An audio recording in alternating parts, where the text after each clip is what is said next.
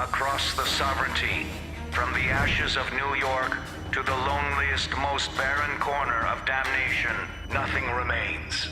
Nothing. I'm Jacob Minkoff, lead game designer at Blue Omega Entertainment, and I'm going to tell you a little bit about the unique way we designed the levels for Damnation.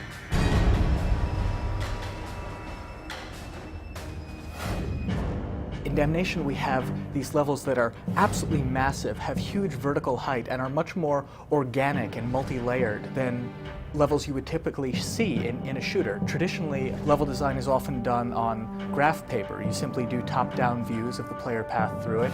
But in Damnation, we couldn't really do that because the overall feeling of being a huge, realistic space was so important to us that we actually started out with the concept art. When we started the development of Damnation, we didn't realize just how much verticality was going to be needed. In the example of our first design for Boomtown, it was a very small area. We thought that, 6 stories would be huge.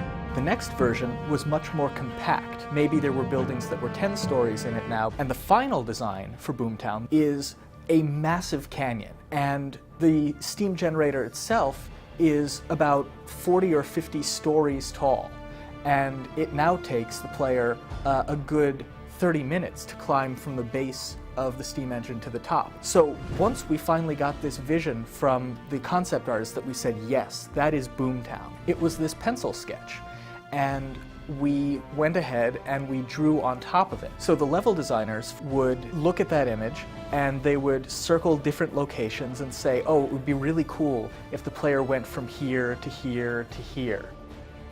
In the case of the mines in Boomtown, the mines were designed as this huge cavern with a spire going up the center of it, and all sorts of different buildings built into the cavern walls along the side of the mines. The level designers went ahead and drew paths on top of it, and they said, okay, well, there are all these cool elements in this image. Let's look at that and say, it would be really cool if the player had to climb into this building and had to get onto the rooftop.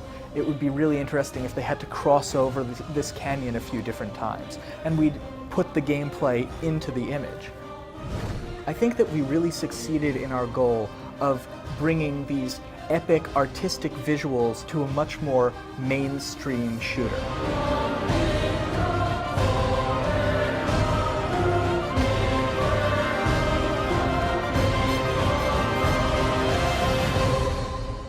Be sure to check it out on Xbox 360, PlayStation 3, and PC.